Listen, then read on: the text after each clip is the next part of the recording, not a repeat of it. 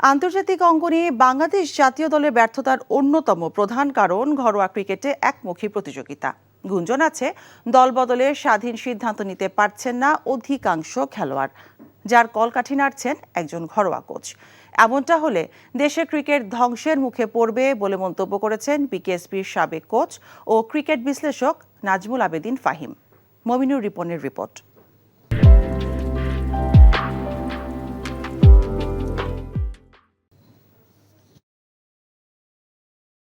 আন্তর্জাতিক অঙ্গনে যে কোনো দলের সাফল্য ব্যর্থতার পেছনে বড় ভূমিকা সে দেশের ঘরোয়া ক্রিকেটের। স্থানীয় প্রতিযোগিতায় নিজেদের প্রতিভা বিকশিত করার সুযোগ পায় তরুণ খেলোয়াড়রা। কিন্তু এদেশের ঘরোয়া টুর্নামেন্টে চলে দু একটি ক্লাবের রাজত্ব। নামি দামি ক্রিকেটারদের নিয়ে শক্তিশালী দল গড়েন তারা, যাদের সামনে দাঁড়াতেই পারে না অন্য দলগুলো। যে একটা দুইটা দল যদি খুব শক্তিশালী হয়, বাকি দলগুলো শক্তিশালী না হয়, ওই একটা দুইটা দলে যদি সব ভালো প্লেয়াররা খেলে, তারা সেই অনুযায়ী তাদের মান অনুযায়ী বিপক্ষ দল পায় না যেখানে তাদেরকে কেউ চ্যালেঞ্জ করবে। সো খেলার ডেভেলপমেন্টের কোনো সুযোগই থাকে না। জাতীয় দলে যারা খেলবে, ইন্টারন্যাশনাল যারা খেলবে, তাদের কিন্তু রিহার্সেল হয় ঘরোয়া ক্রিকেটের মধ্যে।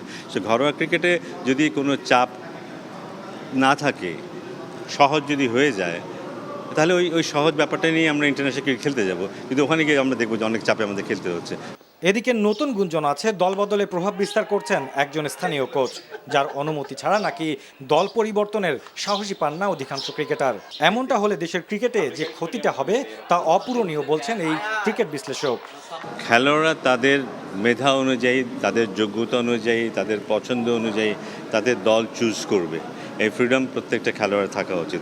যাদের বয়স কম, যেসব খেলোয়াড়ের বয়স কম, তাদের নিজস্ব কোচ থাকতে পারে, তাদের বাবা মা থাকতে পারে, তাদের সাথে আলাপ আলোচনা করে তারা ঠিক করতে পারে তারা কোথায় খেলবে, কোথায় খেলে তাদের নিজস্ব স্বার্থ রক্ষিত হয়, সেসব ব্যাপারগুলো। কিন্তু এখানে যদি ব্যাপারটা এমন হয় যে একজন দুজন মিলে এইসব জিনিস নিয়ন্ত্রণ করছে, সেটা মোটেই ভালো কথা না। আমি জানি না এমন কিছু হচ্ছে কিনা, যদি হয়ে থাকে সেটা খুবই খারাপ হচ্ছে। বাংলাদেশের আন্তর্জাতিক অঙ্গনে ভালো করতে হলে ঘরোয়া প্রতিযোগিতাকে আরও বেশি প্রাধান্য দেওয়ার পরামর্শ ফাহিমের।